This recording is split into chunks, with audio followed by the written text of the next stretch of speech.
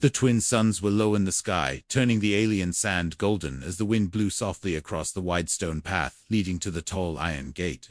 Where a lone human stood silent, with a sharp gaze fixed on the figures above him, the gate was carved, with strange symbols glowing faint blue under the light, as armored guards watched him from both sides, holding long weapons shaped like spears, but made of a metal unknown to Earth. Minyachi did not move, even as one of the guards shouted in a harsh, alien tongue that echoed against the stone walls behind him. He stood in the shadow of Valorous Citadel, a place where no human had ever walked before, and few had dared to try the people inside. Lived by, cast by bloodline, by ancient rites, and none of them believed a human belonged here. From a high balcony, a figure stepped forward, dressed in silver armor with a flowing blue cloak. Her hair long and white like moonlight, her skin glowing faintly in the sun, her eyes cold and violet-like a winter storm. She looked down at Jace, and her voice rang across the courtyard like a bell made of ice as she said, "You are beneath my caste, human, leave now, before the sand drinks your blood." Jace did not speak at first, his face calm like stone, his hands empty to show no threat, but his presence alone was a challenge to their rules. A human asking for a place at their sacred gate was more than insult, it was a storm against their pride, and still he stood waiting. Whispers passed through the guards, some laughed, some scowled, one even reached for his weapon, but was stopped by a glance from the alien princess. She turned to the elder beside her, an old being with 4 eyes and a long curved staff, and asked, "What right does this one think he has?" The elder did not answer quickly, his eyes narrow, his voice slow, as he said, "He has invoked the trial of the night, the ancient right that none of our kind have used in over 100 cycles. He claims the right to prove his worth by surviving." The 4 paths of trial shock moved through the crowd like a wave. One guard dropped his spear, others stepped back. The princess stared at the human, her voice colder now, as she asked, "Do you even know what this means, human? Do you think our trials are games made for your kin?" Jace lifted his head, his voice low but clear, "I do not seek your games, I seek your truth. I stand here not to shame you, but to earn your respect. Let me take the trial, and I will prove that your castes do not define strength." Wind blew harder, as the sky dimmed, a distant storm rolling in across the dunes as if the world itself held its breath. The elder nodded once slowly, then turned to the princess, whose jaw was tight with anger and curiosity. She waved her hand without a word, and the tall gate creaked and groaned as it opened, revealing the dark space beyond. The guards stepped aside and Jace walked forward, passing under the gate into the unknown, without looking back behind him. The sound of the gate slamming shut echoed like a drum of war inside the walls. The arena weighted, the floor covered in cracked stone and black sand. Strange bones half buried in the ground, and a heavy smell of metal and fire hung in the air. Torches lit on both sides, casting long shadows on the walls, and in the far corner, a cage began to rise with something large and breathing hard inside it. Joe stood in the center as a voice from above called his name and listed the first trial, the beast of the bone. Sand, a creature from the deep caves said to be blind but faster than sound. Once released, the only rule was simple: survivors. The cage opened, and the creature let out a roar that shook the ground. The crowd above leaned forward. The princess did not speak, her eyes locked on the man who dared to stand where none before him had the courage or madness to step. Jace pulled a small blade from his belt. Not steel, but something older, a gift from another war, and took his stance ready, his breath steady as the monster charged. Dust, rising firelight, dancing on the stone, and the first true moment of the trial began. Far above the balcony, the elder leaned toward the princess, his voice soft in the growing storm. "He may not win, but he will not die like a fool." She said nothing, her fingers tight on the edge of the railing, her eyes fixed on the human who refused to run. The creature roared again, louder now, and the gate behind Jace closed with a deep groan, locking him inside with death and destiny. As the sky darkened, the storm began to fall in the distance, where no one was watching. A single lightning bolt split the sky, as if the stars themselves were waiting to see what the human would do next. The sky was burning with orange light, as the crowd gathered high above the arena, their voices loud and eager, their eyes fixed on the floor below, where silence hung heavy like a waiting breath. The air was thick with heat and tension, and the sand was marked by blood, both old and fresh. The trial was not for glory. It was for survival, and none expected the human to last another hour. Jace stood still at the center of the arena, his boots sinking slightly into the cracked sand, his hand gripping the blade that now carried dry blood, his shirt torn, his arm bruised, but his eyes sharp and calm like water before a storm. The gate he had entered through was now sealed behind him, and across from it, a new gate opened with a deep grinding sound that echoed like thunder through stone. The creature that stepped out was not like the first. It was taller than a man, covered in hard bone plates, and moved like liquid muscle. Its head had no eyes, only a mouth filled with jagged teeth. Its forearms dragged long curved blades behind it, each blade stained with colors not of this world. The crowd cheered at the sight, for they knew this was the second path, the trial of the twin strikes, and none had passed it in 50 cycles. Above, on her silver throne, Serenia leaned forward, her expression unreadable. Her guards stood beside her, silent and still, but one of them whispered, "He does not run. He faces death, like one of us." The princess did not reply. Her violet eyes locked on the human below, as if trying to see past the dust and sweat, into the reason he would risk such madness. The beast screamed and charged, fast and low, its blades flashing in the firelight. Jace moved to the side, rolling across the sand, and rising just as one blade missed his head by inches. He slashed forward, cutting across the creature's shoulder and drawing a hiss of pain from the monster. It turned, swinging wildly, and knocked him back with a heavy strike across the ribs. Jace landed hard but pushed himself up, his breath shallow, his blade still in hand. The crowd was shouting now, voices rising like waves, some in mockery, some in awe. No one could remember the last time a human had spilled blood. In the second trial, the elder beside Serenia spoke softly. "This is no longer about curiosity. This is about truth and blood," and change circled the creature, waiting for its pattern, watching the way it favored its left side. He moved with purpose, not fury, and when the beast lunged again, he ducked low, sliding under its arms, and drove his blade deep into the joint of its spine. The creature roared, twisting violently, but Jace held on, using the momentum to leap onto its back. He struck again and again, until the monster fell still, its mouth open, its limbs shaking. Then, silent, the crowd went quiet. Then a slow roar began like fire, catching dry grass. Cheers and chants from voices that had never once called a human anything but lesser. Above them all, a horn blew, and the arena master stepped forward, holding a glowing brand. He approached Jace, and without a word, pressed the mark onto his skin just below the neck. The symbol flared bright gold, and then faded, leaving behind the second sigil of the trial. Jace stood, breathing hard, his skin burned, his body shaking, but his eyes still clear. He turned and looked up at the royal box where Serenia sat. Their eyes met across the arena, and for a moment the silence between them held more weight than any shout or song. Serenia spoke quietly to no one. "He does not fight like a beast. He fights like someone who has lost something, and still chooses to stand again." The elder nodded beside her. "Perhaps it is not only blood that earns right. Perhaps pain and fire can forge strength that we have forgotten." Guards entered the arena,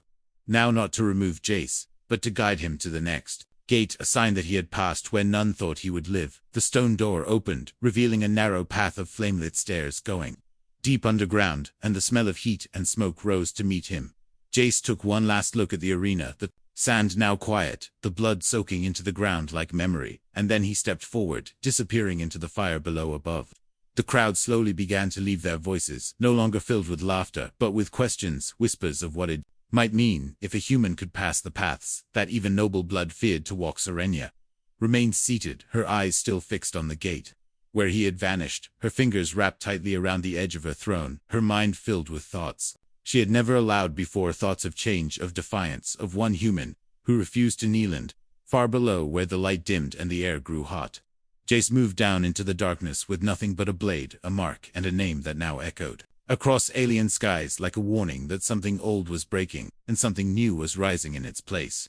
The tunnel was narrow and filled with smoke. Each step forward was heavier than the last, the heat rising from the stone walls pressed against Jace. Like a burning wind, the air tasted like metal and ash. The sound of his boots echoed in the silence, broken only by the crackle of flames behind thin stone slits. In the wall, strange whispers drifted through the shadows, speaking in a language not human, but not unknown. His fingers tightened on the blade as he moved deeper into the trial of fire. The path twisted left, then dropped into a pit, where a glowing bridge waited, stretching across a lake of lava that bubbled and pulsed with red light. One wrong step would mean death, and no one would come to help. Above, the world was watching, but here in the deep, no cheers could be heard, no guidance would come, only the fire would speak, and the fire never lied.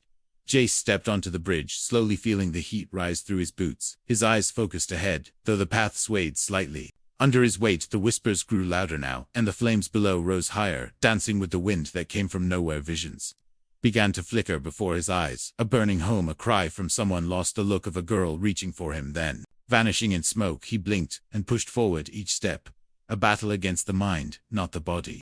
Midway across the bridge, the light shifted, and the stones under his feet turned glassy smooth. A creature crawled from the far side, made of ember and shadow, its face shifting like molten glass. It did not roar, it simply watched with eyes that burned like dying stars. Then it moved fast and silent, claws scraping the stone.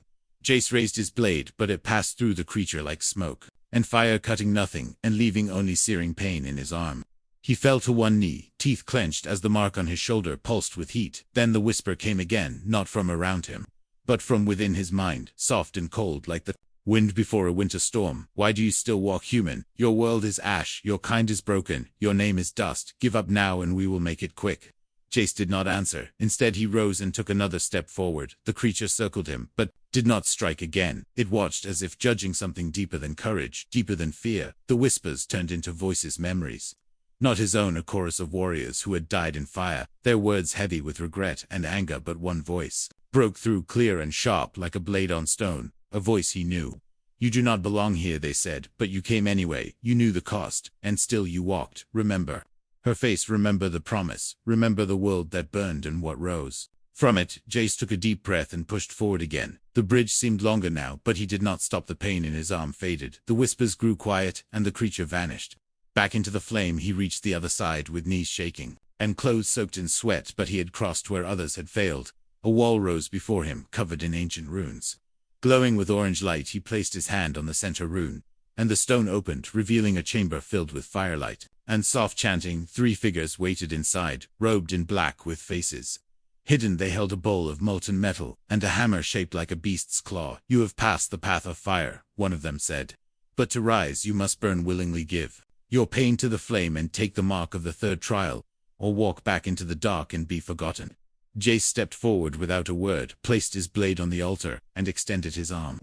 The hammer came down fast. The molten metal touched his skin, and the pain was sharp and clean like truth. The mark burned across his chest, a symbol that pulsed with its own heat, then faded into dark red lines that shimmered under the light. The figures stepped back and bowed slightly, not in welcome, but in respect. They opened the 2nd gate behind them, leading to the next path, the trial of the whispering room. But Jace did not move yet. He stood still, feeling the heat fade and the silence return inside his mind. The whispers were gone, only his own thoughts remained steady and clear like water, finding its way through stone.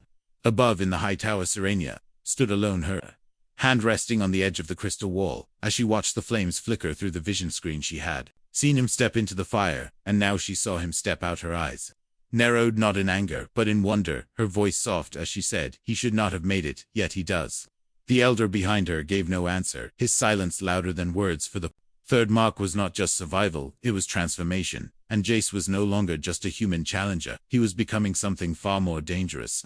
And far below the arena, in the dark tunnel that led toward the 4th trial, Jace walked alone once more. The path ahead, filled with secrets and shadows, but the fire no longer feared him. It had touched his skin and found him worthy, and now something deeper waited in the silence beyond. The walls were black stone and smooth like glass. The air was thick and heavy as Jace stepped inside the room. His footsteps made no sound, and the door behind him vanished into the wall, leaving no trace of where he had entered. A dim blue light glowed from above, soft and cold, casting long shadows across the floor that shifted even when he did not move. The room was called the Whispering Room, a place feared even by those who had passed the first 3 trials. There were no enemies here. No fire, no blades, no beasts waiting to strike, only the silence, and the shadows, and the voices that did not belong to the living. The moment Jace stepped forward, he heard them, soft at first, like wind in the trees, then sharper like whispers in his ear. They spoke in different tongues. Some he knew, most he did not, but their meaning was clear and cruelly. "Are nothing," one voice said. "Your blood is weak," another hissed. "Your strength is borrowed.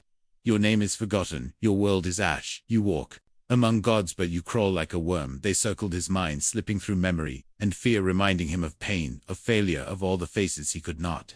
Savage stood still, eyes closed, breath slow. He knew this was not real, but it felt real. Each word struck like a hammer on a weak wall. Each whisper tried to break the will and bend the soul. The room fed on fear and doubt, and he could feel it digging into him, pulling old wounds open with sharp claws made of sound. He opened his eyes and walked forward, deeper into the room, his step steady, his blade still at his side though useless. Here the whispers grew louder now, more personal. They took the voice of his mother, of his commander, of the girl who had died screaming in his arms. They blamed him, shamed him, told him he should have burned with the rest, that he had no right to walk the path of warriors. They figure appeared before him, tall and made of shadow, its shape shifting. With each blink it wore the face of Serenia, now her voice sharp and cold. Like before, you are beneath me, she said. You will always be beneath me.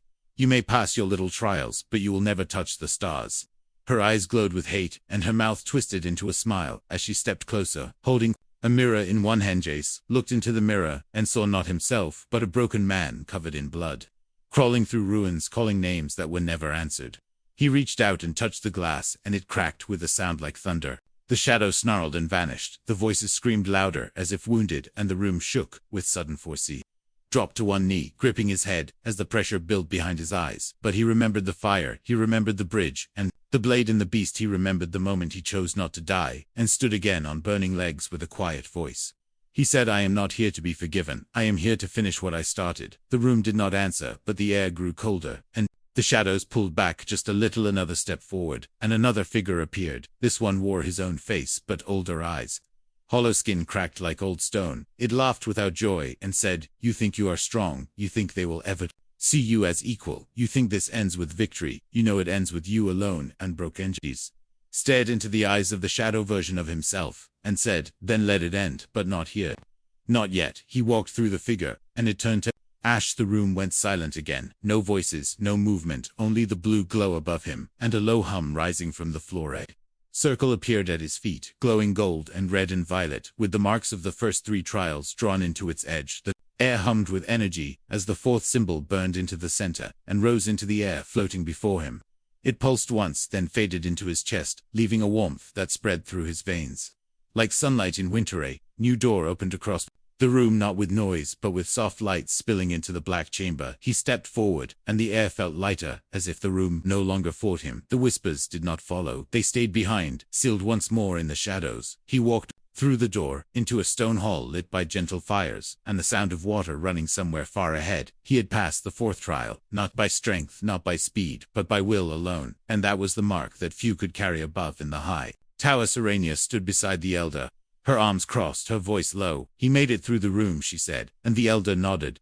Few of our kind ever do yet. He has not stopped, not on Serenia turned her eyes to the rising moon outside the window, her voice quieter now. The last trial comes, the Knight of Blades. He may not survive it. The elder spoke gently. Perhaps not, but if he does, the caste system may tremble, and you will no longer be able to ignore what has begun. And below in the quiet stone hall, Jace closed his eyes for a moment, then moved forward once more toward the trial that would either raise him to legend or break him in silence.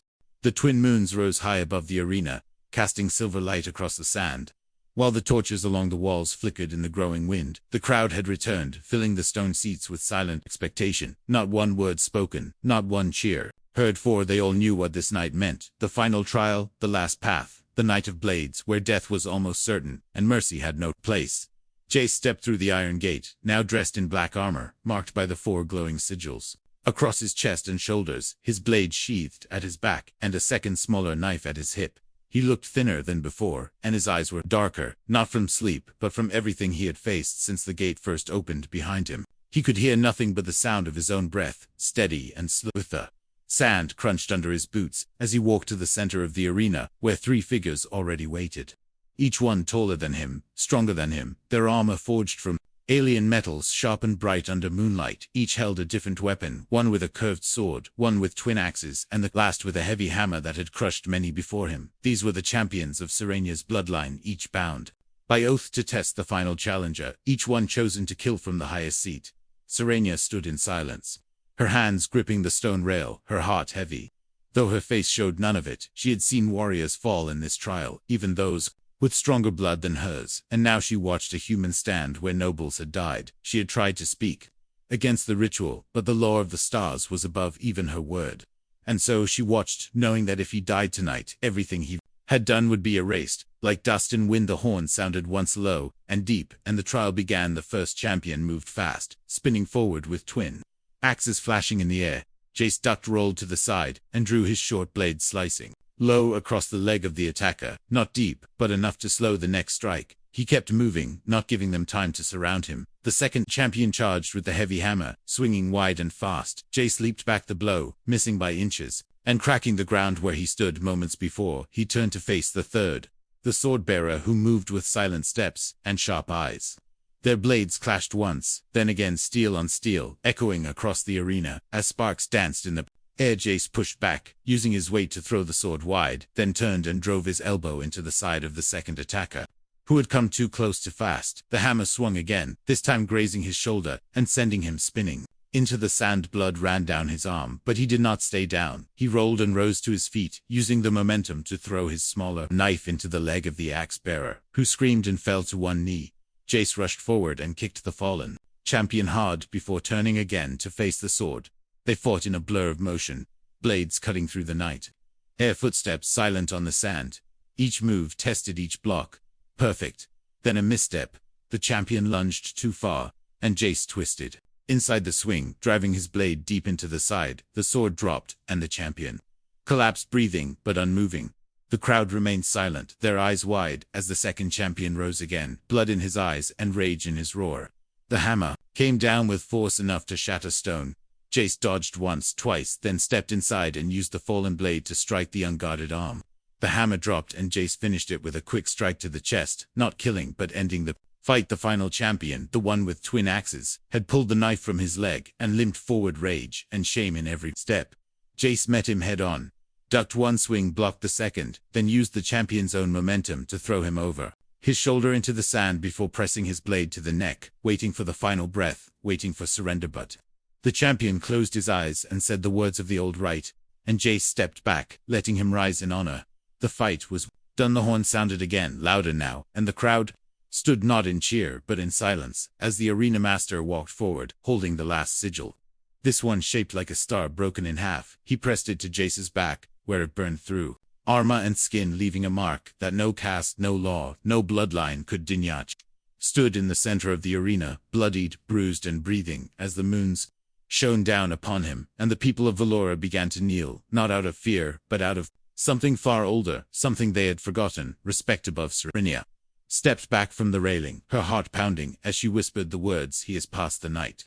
He is no longer outsider, no longer lesser, he is now one of us." And yet something Mirand, as Jace turned to leave the arena, his eyes met hers across the distance between royalty and shadow, and in that moment something deeper than victory passed between them, something that would change not just their world but all the stars that watched in silence above Asterisk. The wind was soft through the tall windows of the royal chamber, as Jace walked behind the guards, who said nothing, their faces hard, their steps slow. The long hall was lit with pale lanterns shaped like vines, and the floor was made of black stone, polished smooth as glass. Every step echoed with weight, not of sound, but of meaning, for tonight was not a fight, not a trial, not a test of strength or mind. Tonight was the rite of the first night, a law written in stone. Before even the high bloodlines of Valora were born, Serenia stood in the center of her chamber, dressed in silk, colored like moonlight, her white hair tied with silver rings. Her face calm, but her heart filled with storm. She had fought against this rule, tried to speak against tradition, tried to stop the ritual even after Jace had passed all 4 trials, but the law had spoken, and even a princess of the highest caste could not break it. The door opened with a soft chime, and Jace stepped inside. Not in armor, not in chains, but wearing the simple robes of a guest. His face showed no pride, only tired eyes, and a quiet strength. He paused just inside the room, waiting, as if unsure if he had the right to take another step, but Serenia spoke before he could. "You are here by law," she said, her voice soft like snow, but her tone held weight. "I do not ask you to prove anything. I do not ask you to kneel or rise or speak. If you do not wish this night, it will not be forced." Jace looked at her, his eyes meeting hers across the space between, and his voice was quiet. "I came not to take but to understand. I do not want your chamber, if your heart is not here." With it, Serenia felt her breath catch for a moment. Something in his words broke a wall she had built long ago, the wall of blood, the wall of name, the wall of pride for this human, who stood where no one else had dared, did not reach for power or favor, he reached only for meaning. They sat across from each other on soft cushions, the room filled with gentle light from the floating stones above. Between them, a small fire burned in a bowl of glass, casting shadows on their faces. Jace placed his hand near the warmth and spoke again. "This time, slower. On my world, we had a promise. If someone stands by your side in the darkest hour, you owe them your truth. I came here to ask for peace, not just between us, but between our worlds. But the truth is, I did not expect you to see me. I thought you would turn away like the others." Serenia looked into the fire, her hands resting in her lap, her fingers touching the soft cloth of her robe. She did not speak for a long time. Then she said, They told me humans were loud, crude, violent, that you had no sense of honor or spirit or soul, but I have watched you walk through flame and shadow and silence, and you never shouted on stage. Smiled faintly, the kind of smile that came not from joy, but from understanding. He reached into his robe and pulled out a small item, a piece of broken glass from the arena floor. He held it out and said, I kept this because it reminded me of something back home, something I lost, something worth bleeding for. Serenia took the shard in her hand, feeling its edges sharp and real, and for the first time since he arrived she truly saw him, not as a challenger, not as a human, not as a threat, but as a man who had walked through death to stand beside her, not above, not below, but beside. They did not touch that night, they did not kiss, they did not claim each other by blood or law. Instead, they shared stories, shared silence, shared the kind of quiet that only warriors understand, the quiet after the battle. When the sky is still, and the stars seem close enough to touch, Jace looked at the window and saw the moons sinking low, the sky beginning to glow with the first signs of dawn. He turned to her and said, I should go, the trial is complete, and the night has passed. Serenia rose and walked with him to the door, but before he left, she reached out and took his hand, not as a princess, not as a symbol, but as a soul reaching for another, and she said, thank you, not for surviving, not for winning, but for seeing me not as a crown or a name, but as someone who can choose. He nodded once, and stepped into the hall, the guards bowing low as he passed, and behind him, the door closed with the softest sound, like a breath. Far above in the stars that watched everything, something shifted, not in fire or stone, but in the hearts of those who believed they could never change. For in one night, without sword or flame, a human had done what no one believed possible. He had touched the spirit of a world that once called him unworthy, and he did it not with force, but with truth. The sky above Valora turned dark with smoke as warships appeared from beyond the clouds, their shape massive, their lights cold and sharp like blades in the night. They came not with words or warnings, but with silence and fire. Their weapons cut through the outer towers, and their engines roared like thunder that shook the earth. Below, the city that had never known invasion was under siege, and no one had time to ask why. Inside the council chamber, the nobles shouted over one another, their robes stained with dust, their voices filled with fear and blame. The shields are down, one cried. They used codes from within, another screamed, we are betrayed from our own blood. But none looked at Serenia, who stood still in the center, her hands clenched, her eyes fixed on the image floating before them. The enemy fleet was not just near, it was here, and the time for talk had ended. She turned without a word and walked toward the Hall of Blades. Her guards followed, but said nothing, for they had seen what she had seen. The enemy symbols were not random, they bore the same mark that Jace had shown her, once the mark of those who burned his home. The same shadow fleet that had erased entire colonies now aimed their fire at Valora, and only one man had warned them. The training grounds were already in chaos, soldiers running to their posts, weapons drawn, lights flashing across the walls, and above them all, Jace stood on a platform dressed in black armor, not of Valora, but from what he wore during the trials. The 4 marks burned bright across his chest, and in his hand he held the old blade, once given to him in silence, now glowing with power from the Elder Forge. He did not wait for orders, he gave them his voice. Calm, his words clear, his presence a storm wrapped in steel. The west gate is lost, he said. Hold the eastern towers, send 3 squads through the tunnels below the square, and strike their flanks before they land. Do not let them gather in one place. We are stronger when we move. The alien soldiers looked at him, not as a stranger now, but as a commander, and they obeyed without question. Serenia approached, and he turned to her without surprise, his eyes sharp but calm. He said, you were right. They did not come for talks, they came to finish what they started, and now they will see we are not the same as before. She handed him a crystal key, one used only by high command, and said, the sky armor is yours. You earned more than the right of one night.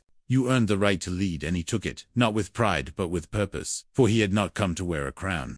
He had come to keep a promise to the fallen, to the lost, to the ones who cried in burning silence. The enemy landed fast and hard there, machines tearing through stone and fire, but Jace met them head on, leading the charge with a sword that sang through metal, and voices that shouted his name. Not as outsider, not as lowborn, but as shield and spear and storm. His commands moved like lightning through the ranks, and each step he took left fire behind him, not from rage but from the heat of courage that no cast could.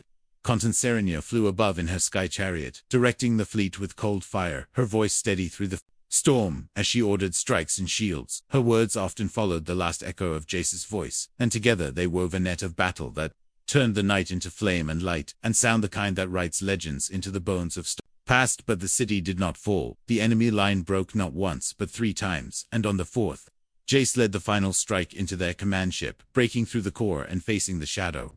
Captain who had once burned his world, they fought, in silence, blade against blade, until the enemy fell, and Jace stood alone, above a broken helm.